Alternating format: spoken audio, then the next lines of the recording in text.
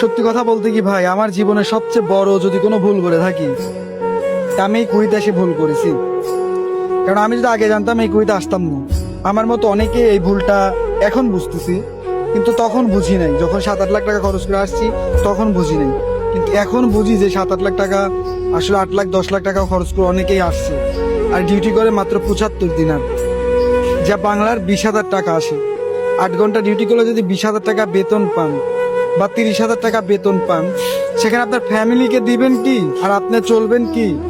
ভাই একদমই অবস্থা কুয়েতে যারা আছে বেশিরভাগ মানুষেরই আমার মতো অবস্থা খারাপ। তো যারা নতুন আসবেন কুয়েতে, অনেক হিসাব নিকাশ করে আসবেন, বুঝে শুনে আসবেন।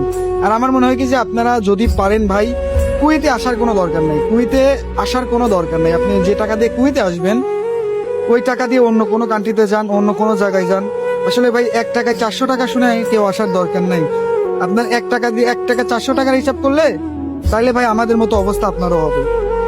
তো যারা নতুন কুয়েতে আসবেন তারা অন্য কোনো কান্ট্রিতে যান, সবচেয়ে বেশি ভালো হবে। কারণ একদমই অবস্থা খারাপ, কাজ কাম নাই কুয়েতে। প্রথমত কুয়েতে কাজ কাম তো নাই। আর আমাদের তো সবারই একই অবস্থা, মানে কুয়েতে যারা আছে প্রত্যেকটা মানুষই একই অবস্থা।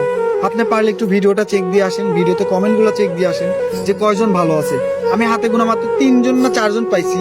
আমার একটা ভিডিওতে ভিউ করছে 13,000-এর উপর মানুষ দেখছে। আমি সেখানে মাত্র 3জন না 4জন পাইছি যে ভালো অবস্থায় আছে। আর বাদ বাকি প্রত্যেকটা মানুষ বলছে ভাই আমি খারাপ অবস্থা।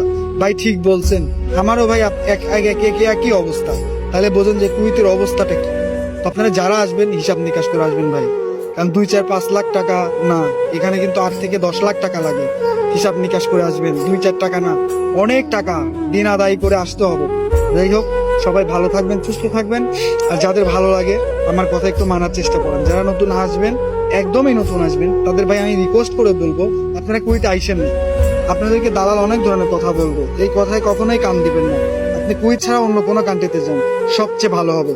তো যাই হোক, সবাই ভালো থাকবেন, সুস্থ থাকবেন। আমার ভিডিওটা এখানেই শেষ করলাম। সালামু আলাইকুম।